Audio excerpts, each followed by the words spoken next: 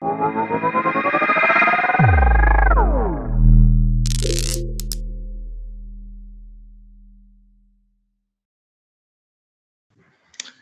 everyone. Thank you for the very, very warm welcome.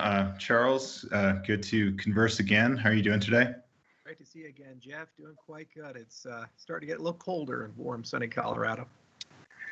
Yeah, I think we last met on the campus, University of Wyoming, back in the before times. That was, I think, last fall sometime. What have you been up to since the pandemic? How's your COVID been?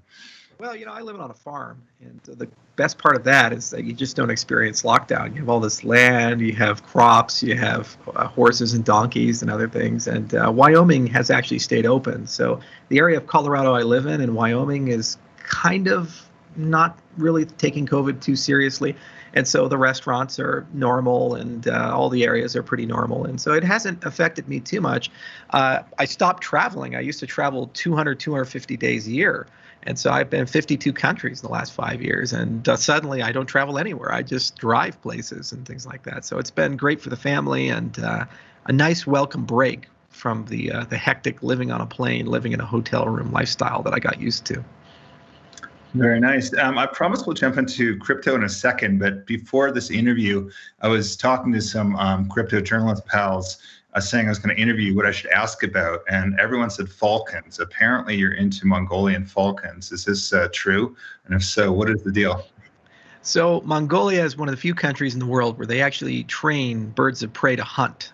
They have eagles and falcons and all these other wonderful birds, and it's crazy how they actually get them. They sneak into the nest at nighttime and like grab an egg out or grab a chick out, and then they raise it and turn it into a treasured pet. So every time I go to Mongolia, and I love this country, I go to like the southern parts of the country, and I'm riding on horseback, and we'll use falcons to go and hunt varmints and other things that live in the Badlands. So if you ever have a chance to go, it's one of the most beautiful rustic countries. About 900,000 people are nomads. They live in tents.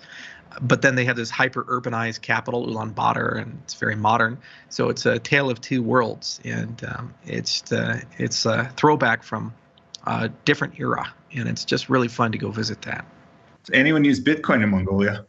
Yes. Actually, I was in the southern parts of Mongolia in the desert, in the Gobi Desert, hanging out with a camel herder, and he asked me what I did. And through a translator, I said, I build cryptocurrencies, and I'm a blockchain guy. So you mean like Bitcoin? And I was like, yes, exactly like that. He said, well, I own some, and my brother holds it for me in the capital. And I said, wow. So that tells you how far we've gone as an industry. If a camel herder nomad living in the Gobi Desert, Mongolia, somehow heard about Bitcoin and bought Bitcoin, it's pretty crazy. Very cool. Yeah, let's talk some Cardano. But first, why don't you give us an overview of the sort of what IOHK is and its relation to Cardano, Ethereum Classic, and Ethereum? Yeah. So we're a research and development company, and we're very philosophy-based and mission-oriented. And so what we like to do is we like to be the first mover with technology and kind of be like that first domino that when you push it, it changes the entire market dynamic. So whether it be voting software or it be privacy stuff or economic identity, which is what Cardano is focused on, we say, how do we build a decentralized system and set it up in just the right way that after we work on it for X amount of years, it'll build an ecosystem around it, become self-sustaining, and then eventually become like Bitcoin or Linux or any of these technologies that have taken off and escaped their founders. So we do this with philosophy. We say, hey, we're an evidence-based software company and a peer review company. So evidence-based software, we use formal methods and functional programming languages, and we use a lot of math in the design of our stuff, and we get actual proofs that the things we're building are correct. Because these are high assurance systems. They have cryptography and privacy and identity and all these other things, and they get hacked. You lose millions to billions of dollars. People could die. Okay, then on the protocol side, protocols don't come out of nowhere. They have to be designed, and you can either just design it, hope it works, like TCP/IP did, and then live with 40 years of consequences, or you can try to involve the academy and follow the peer review process and have a lot of scientists sit down and actually write formal papers that have lots of math in them and go through conferences and journals and these things, and hopefully that process will give you a higher quality end product than just doing stuff and hoping it works, especially given that once you release these things, you can't really control them. So they're really difficult to change after you release them. So you should probably get it right, or as most right as you can, before you do that. So we started with just 2 people, and now we're over 250 people. We have 4 research labs from University of Wyoming to Tokyo Tech. We have dozens of scientists who work for us. We've written damn near 100 scientific papers, 1 million lines of code, invented a whole bunch of ways of doing software with this evidence-based approach. And our flagship product that a lot of people know us for is Cardano. But we do a lot of contracting on the enterprise side. So we're in Ethiopia and Mongolia and the country of Georgia, and we do everything there from credential management systems that verify if your college degree is real or not, to voting systems, to supply chain systems, and so forth. And usually they have a blockchain backend connected to it. And we can be agnostic where we can deploy on multiple systems, but we tend to deploy on Cardano where and when we can. So that's kind of the company. It's been a wild ride. I didn't think we'd get this far, and I didn't think we'd get to a point where we'd have hundreds of employees in 40 different countries, and I get to travel as much as I do.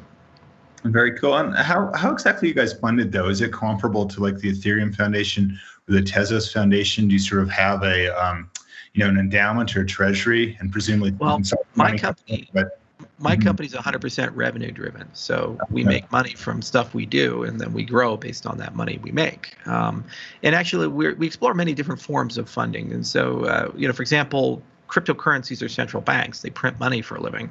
Right now, most cryptocurrencies, they give all of that inflation to miners. However, some like Dash and Tezos and others, they make provisions for a treasury mechanism. Zcash is another, where some of that actually goes to a decentralized account, and then it goes to either core members of the ecosystem, or you can vote based on ballots that come your way, and then approve funding grants and these types of things. So we have a division of the company that thinks about that stuff and builds that stuff, and those capabilities are turning on in Cardano, and those are great revenue streams because you're paid to work on open source software. Then there's time and materials development contracts we do. We also receive government grants as well. For example, right now we're working with a Horizons 2020 grant with IBM Research and Guard Time, and with our research entity, IO Research in Cyprus, and they do research for decentralized software updates. So we have a very diverse portfolio of ways we monetize things in the company. And what's nice about it is that the industry has matured to a point where it actually can sustain science and engineering firms that do this very specialized work at a scale like our company and make it still wildly profitable. And what's really cool is we've never had to monetize intellectual property or build like centralized middlemen style business models. So we have no patents, we have no intellectual property, these things. We have business models that don't require that. So all the work we do is open source, and we release it open source. So the longer we're around, the more science we do, the more code we write, and that code is useful for everybody, not just us. So that strikes me a little bit like the Linux Foundation or something. I mean, I know we're in the crypto world, but same mentality and model a bit. Yeah, but we're for profit, and that's the best part. It's like we get to be like a not-for-profit where we're very mission-oriented, and we give away the work we do if we can, but we actually make enough profit that there's equity value in the company and so forth. And I never actually had to take venture capital money, so I own my own company completely. So I guess I can just keep going and until I get tired and eventually do an IPO or something. Yeah, let's talk Cardano for a bit. You sort of help us identify what exactly is distinct or superior about Cardano compared to the other big chains out there. Yeah. So the easiest way of understanding that is understanding where we came from. So, I tend to look at things in terms of generations and say each generation has to solve some problem to exist. So Bitcoin was the first generation, and what that was all about was just this idea of, can you have a decentralized money? Can you have a decentralized ledger? Will proof of work actually work? Will miners actually show up? Will these tokens actually be worth something? But it didn't have grand illusions of DeFi or multi-asset or these things. It was just trying to prove out the baseline experiment. And it took a long time, actually. Bitcoin was released in 2009, but it really didn't get anywhere until about 2013. That was the bellwether year. The minute that Bitcoin got big, it got to $1 billion, exchanges started forming. people started saying, well, that's great, but we'd like to do something with it. We'd like to be useful. We'd like to have programmability with our money. Almost like when the web browser came and the internet came, people said, well, hang on a second here. I need rich experiences on the web. So we need a programming language to be able to manipulate the DOM. Well, similarly, JavaScript to the DOM, smart contracts came with Ethereum. And then suddenly with smart contracts, you could go from a single asset, very specialized piece of software to the DeFi revolution, to the ICO revolution, to all these things we're seeing now today. In 2015, we recognized that if that model is to be successful, it has three classes of problems that are going to prevent it from growing to the next generation. It's going to prevent it from getting to mainstream adoption. The first is scalability. All of the systems, Ethereum included, and Vitalik would be the first to admit this, are replicated. And what that means is they kind of have a maximum amount of users and stuff that can happen before it gets congested and slows down and the transaction fees go crazy and so forth. So you need a system that as you gain users, you gain resources. And so you can always keep up with your user population and it performs at relatively the same level, regardless of whether you have 1,000 users or 1 billion users. Okay, so that's the scalability problem. Second, these things are not going to live in a maximalist pipe dream of one system will rule them all. There's legacy financial systems, there's proprietary governmental systems, there's other cryptocurrencies.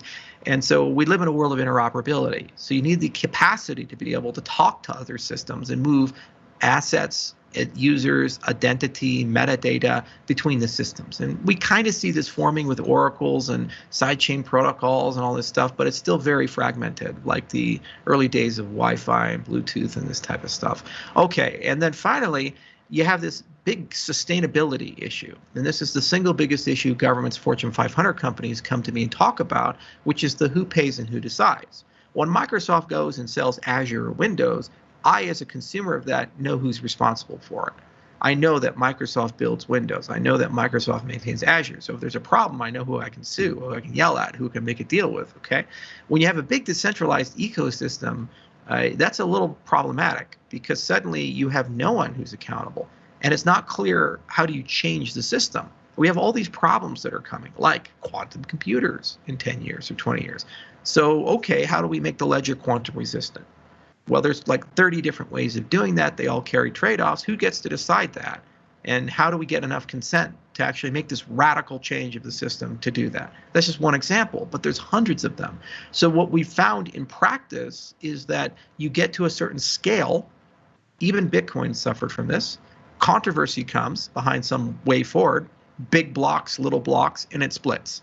And then suddenly you have Bitcoin and Bitcoin Cash. Or the DAO hack happens, and suddenly you have Ethereum and Ethereum Classic and so forth. And this is so unappealing to corporations because they say, look, I don't want to get involved in this philosophy and this insanity. I don't want to, the minute that something falls apart, I have to decide if I like token A or token B. I just want to know that the system works, and I just want to know that the system is here to stay and it can handle these things. The other problem is this custodial problem. We call this the golden rule. He who has the gold makes the rules. So if you don't have a dedicated independent fund to pay for the development of the system, you rely on benefactors like the Googles and the Microsofts and these other things to come on in and basically cover the cost of development. And you know what they do?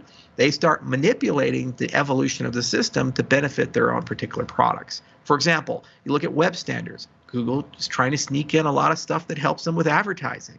And then you got Mozilla and these other guys saying, hey, this is not cool. This is not great. And I said, well, what are you going to do? Chromium is our product, and we're just going to push these standards with or without you. And because they pay for everything and they have the market share, they have the power to do that, whether it's good for the consumer, the protocol, or the ecosystem or not. So you have to have solutions in all three categories if you're going to go from a toy or an experiment with thousands or hundreds of thousands of users to a real-life used system with millions to billions of users that is actually an alternative for an economy. So when you go to Ethiopia or Mongolia or any of these places and you say, I'd like to give you guys a stock market, I'd like to give you guys an identity system, a passport system, a property registration system, a voting system, they need that stuff at the foundation before they can even entertain it, because the minute that they actually try to put their user base into it, the system will break. Or you'll get things like unpredictable expenses, like one day it's a $5 to run it, next day it's $500 to run it. You can't have that kind of variability inside the system. So in 2015, we took a very blank slate, a tabula rasa style approach, and we said, we're not going to pretend like we know how to solve these problems. We're just going to go hire a bunch of scientists, and then we're going to study everything that's been done. And then from first principles, we're going to invent a whole collection of protocols in each of these categories that will actually give us good solutions, or at least good starts of solutions that we know can evolve to eventually meet the needs of the marketplace. So for consensus, for example, we read about proof of work, we read about proof of stake, we took no position. We just asked a fundamental question: what is a blockchain? And we created something called the GKL model, which we formally, mathematically, rigorously defined what is a blockchain sans consensus. And now we have over 900 citations. The paper is one of the most foundational papers in the entire academic world for that definition. But it gave us enough clarity to understand what proof of work actually does under the hood in its security properties. And then we asked, could proof of stake even accomplish that? Is it real? Because if you go talk to Adam Back and Blockstream and these other guys, they say, oh, it's perpetual motion, it's a scam, it doesn't work. Well, we didn't take a position. We didn't say, oh, well, maybe they're right, maybe they're wrong. We said, let's look for an impossibility theorem or prove it's actually possible. And that's the kind of thinking that we took in each one of those categories. And so what we did in the first 2 years of the project is we built out a whole family of protocols based on science that had answers for each of those categories: the sustainability, the interoperability, and the scalability. And then we spent the last few years gradually implementing those in our very rigorous evidence-based software way with Haskell and formal methods. And we've now been rolling out the system. So we kind of started with the Byron era, and we said, let's just get on exchanges and get liquidity and get users into the system. And that was in 2017. And then this year, we just launched the Shelley era, which is all about complete decentralization, where we go from a federated Ripple-like system to a completely decentralized system that actually mission accomplished. We've done it. We have 1,200 stake pool operators. We're 100 times more decentralized than Bitcoin and these other guys, and we just keep growing in decentralization. We have this beautiful property that as the price goes up, we get more decentralized. Bitcoin's the opposite. So that's been beautiful. And the next year is just about to begin in smart contracts, so that let's make it useful, and then we can get a DeFi portfolio and so forth. And we, at the same time, are also building governance into the system with a era called Voltaire, where we actually have on-chain voting systems, and we have all these partners we brought in, like IdeaScale, and they work with Pfizer and NASA and so forth. And so we're actually trying to figure out the who pays and who decides part through a series of experiments, and we actually already have an on-chain treasury running. In fact, right now, $250,000 is going to be distributed, and that'll keep scaling up. And at the current price point, it'll eventually be $6 million a month for that decentralized treasury to pay anyone who wants to build a project on the system. So it's been pretty crazy, because not only did we have to do it, we had to fix all these broken windows along the way, like all the stuff that Bitcoin didn't formalize, like the UTXO model and how to build a UTXO wallet. We had to figure that out.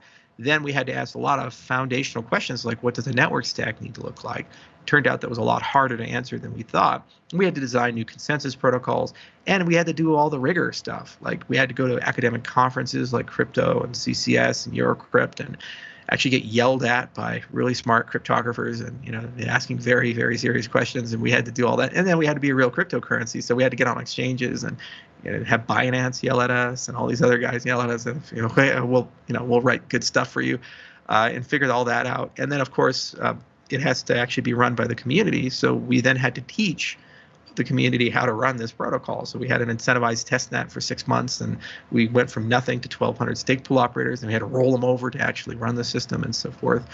So yeah, it's if I knew it was going to be this much work when we signed up for it in 2015, I perhaps would have been more reluctant, but you never know that up front, right? So we are where we're at. It's been a lot of fun.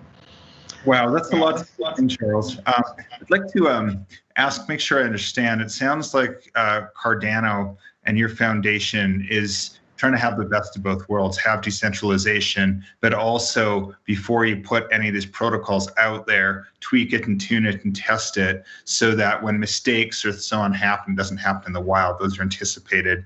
So it's sort of superior protocols that anyone can use, with Cardano being sort of a sandbox to test some of the stuff. I mean, I might have completely blown that summary, but am I close? Yeah, I mean, there's this interplay between saying the system has to be self-evolutionary. the system has to upgrade itself over time to meet the needs, and that the initial state of the system has to be built in just the right way so that you evolve in the right direction, or else you end up getting really bad outcomes. Like, people often ask, well, why is American politics so bad? Well, the principal reason for that is because the voting systems are screwy. You only have a two-party system because of the way the ballot's designed. We do plurality instead of preference voting. If you did preference voting, you'd have a lot more candidates, you'd have a lot more parties, and so forth. So if you build a system in a certain way, you end up getting orange goblins. If you build a system in a different way, you end up getting kind of a different way of doing things. So that's the first thing you have to ask. And the key there is make sure that you do that in a way where all the people who have been thinking about this for a long, long time leverage their brains and make sure that that's decentralized, so you don't get a cult of personality run an individual or a company, and also you're getting the best thoughts available. So we said the scientific method and the peer review in the universities, those are good guys to go talk to. Political science, they've been thinking about it for a century. A lot of these guys, they have these beautiful systems, but they're just sitting up on a shelf because governments won't adopt them because it's inconvenient to the power structures that are there. So we can just take much better systems, and we don't have to pay a lot of money to do that. But then the other part of it is, well, once we release it, we need to be decentralized, which means that the system has to have the ability to evolve itself. So you need an improvement proposal process, you need a voting process, and all these other things. Then the other question is, well, what value commercially are we providing to people who deploy on our system versus other systems? Because you could build this beautiful academic toy that theoretically is perfect, but if it's commercially not viable, you're never going to get over that threshold and get mass adoption, get enough people care about the platform, take it seriously, and evolve it to meet its needs. So there you have to look at your market dynamics. You look at the DeFi space, you look at problems people have, and then you start realizing that there's this really beautiful interconnectedness with the features we have at the base level to what the app developers need. Here's a quick example. People build DeFi, and they get about 90% done, and then they say, well, we can't solve how to decentralize this other 10%. So we'll just create a foundation or a governance committee, and those people will take care of it. And then here's what happens. MakerDAO price collapses, or a DEX gets hit with legal problems, or a Mixer gets hit with legal problems. So who does the regulator go after? That 10% sliver. Or who does the lawsuit have? That 10% sliver. And so those people living that 10% say, shit, I don't want to be here. We got to get out of this. So what do? We say, well, God, I need to decentralize my DeFi application. Well, if you already have a great, beautiful on-chain voting system that allows you to manage a treasury and evolve the system, why don't you just open it up and say any token issued on our ledger also has access to that? So what have you done? You've already solved the problem of decentralization for all of those DeFi applications, which has no solution right now and will not have a solution built in the Ethereum space. So that's an example of a competitive differentiator. And then you start thinking that way. You say, what else can we open up that are beautiful competitive differentiators, like the interplay of off-chain and on-chain protocols? Lightning is a beautiful idea. The problem is Bitcoin doesn't really make native accommodations for Lightning.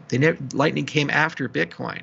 What we did is we said, hang on a second here, payment and state channels make a lot of sense if they're done right, but your base layer has to actually know that they exist and make special accommodations for them. If it does, it's really easy to roll them in and implement them where and when that makes sense. Okay, so let's do that. So we created something called Ouroboros Hydra. And now, because we've designed both of these things at the same time, it's seamless to move tokens on-chain and off-chain into that system. And that gives us incredible scalability. Once Hydra is completely rolled up, you can do 1 million TPS with that system. And because Hydra was designed with the awareness of Lightning, it's possible to extend the Bolt spec at some point so that Lightning is interoperable with Hydra in a certain way. So that gives you an interoperability play where you can start talking to Bitcoin through the layer 2 networking. But then here's the thing. The way we design our multi-asset, if it's good for ADA, it's good for your token. So once that infrastructure is in place, now your token gets that layer 2 solution as well. So you get the same scalability that the base asset gets.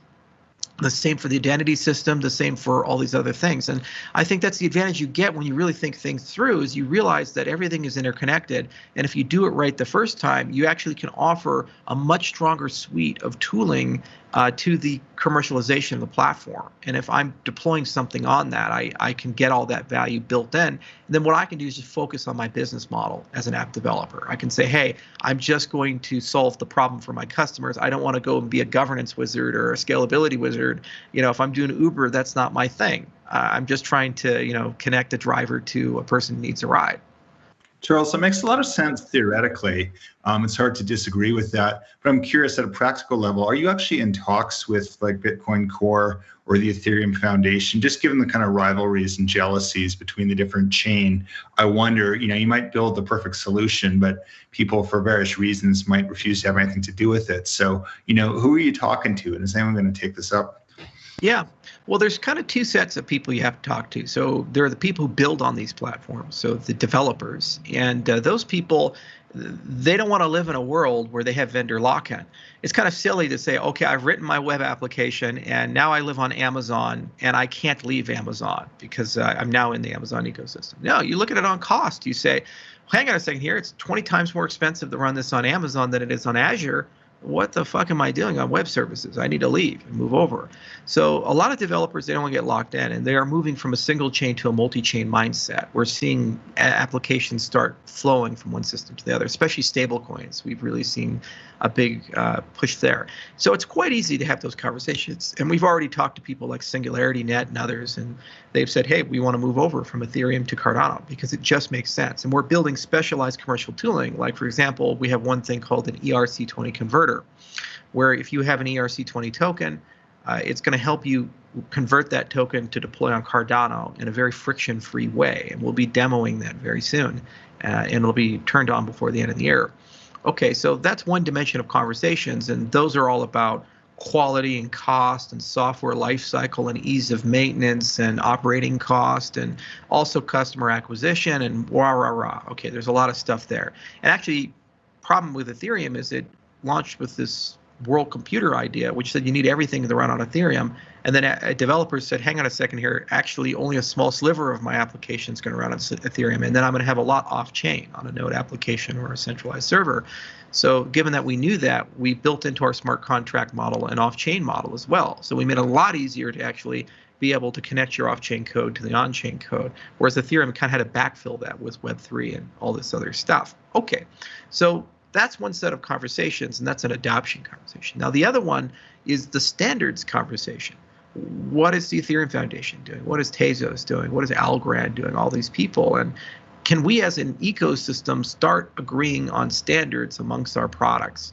Things that we think are universally useful for all of us, whether those be a sidechain format, way to do cross-chain communication, or perhaps like the Bolt spec, for example, can we open it up so it's not so Bitcoin-centric and it becomes more like a generic layer 2 system? And the good news is we are seeing certain standards actually mature and materialize across industry. For example, with identity, we have the Decentralized Identity Foundation. There's well over 50 members. Microsoft is a party, as are we. And we have an identity product called Prism. Microsoft has an identity product. We're competitors. However, we are agreeing to follow the DID standard, both sides, Microsoft and us. And obviously, our commercial teams compete. So that's where I think the industry needs to move. And we are seeing evidence, whether it be the W3C and their Web Payments Committee and the Interledger Committees, or DIF or the Hyperledger Group, where we are cooperating together on standards as an industry, and then we're competing commercially on specific case-by-case deals. So some cases we can talk to each other, some cases we can't. One of the greatest examples of this in industry is when Samsung and Apple go at it. So we tend to look at them as vicious competitors. Apple has the iPhone, Samsung has the Galaxy phone. What a lot of people don't know is the memory on the motherboard for the iPhone is made by Samsung, which means that Samsung has a team that actually gets to see the iPhone before anyone else does, because they're actually intimately involved in designing the iPhone. That's just crazy if you think about it. Yet despite that, there's a separate team that's day job is to put Apple out of business.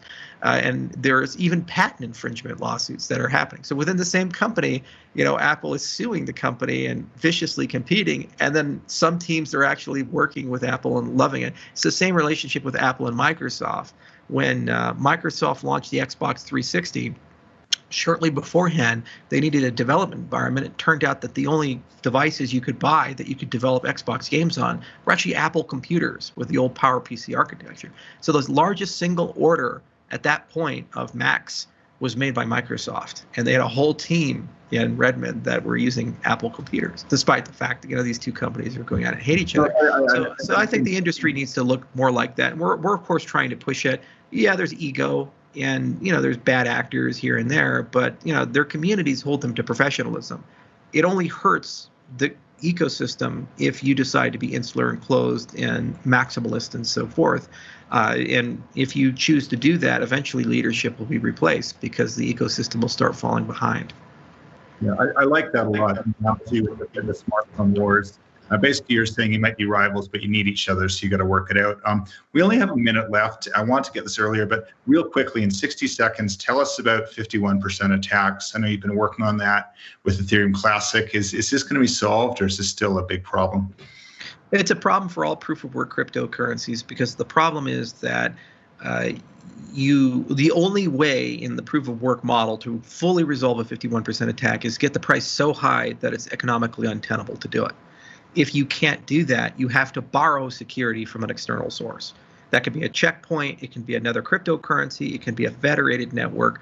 We've formalized a lot of ideas here, and because it needed to be done, and there are actually products like Veriblock and proofs of proof of work and all this stuff floating around that try to solve that. But it's a difficult conversation, because at the end of the day, the only way to solve it is make the price go up. So we can propose stopgap solutions, and we have, for example, for Zencash and Ethereum Classic and other proof of work systems, but it cannot be fully solved unless it's like Litecoin or Bitcoin Cash or Bitcoin, where you've reached a certain critical mass and it's not economically viable to do an attack. Okay, that's helpful. We're out of time, so let's just wrap up. Really quickly, in 10 words, the thing in crypto you're most excited about in the coming year. Oh, I am super excited about zero-knowledge proofs and snarks, and recursive snarks in particular. You get full node security with light client cost. That's going to be a big deal for our industry in 2021 and 2022. Wonderful. I think we're out of time. Well, Charles Hoskinson, always fascinating to talk to you. Thanks for joining, and hope to catch you in Wyoming before too long. Absolutely. Thanks, Jeff. Cheers.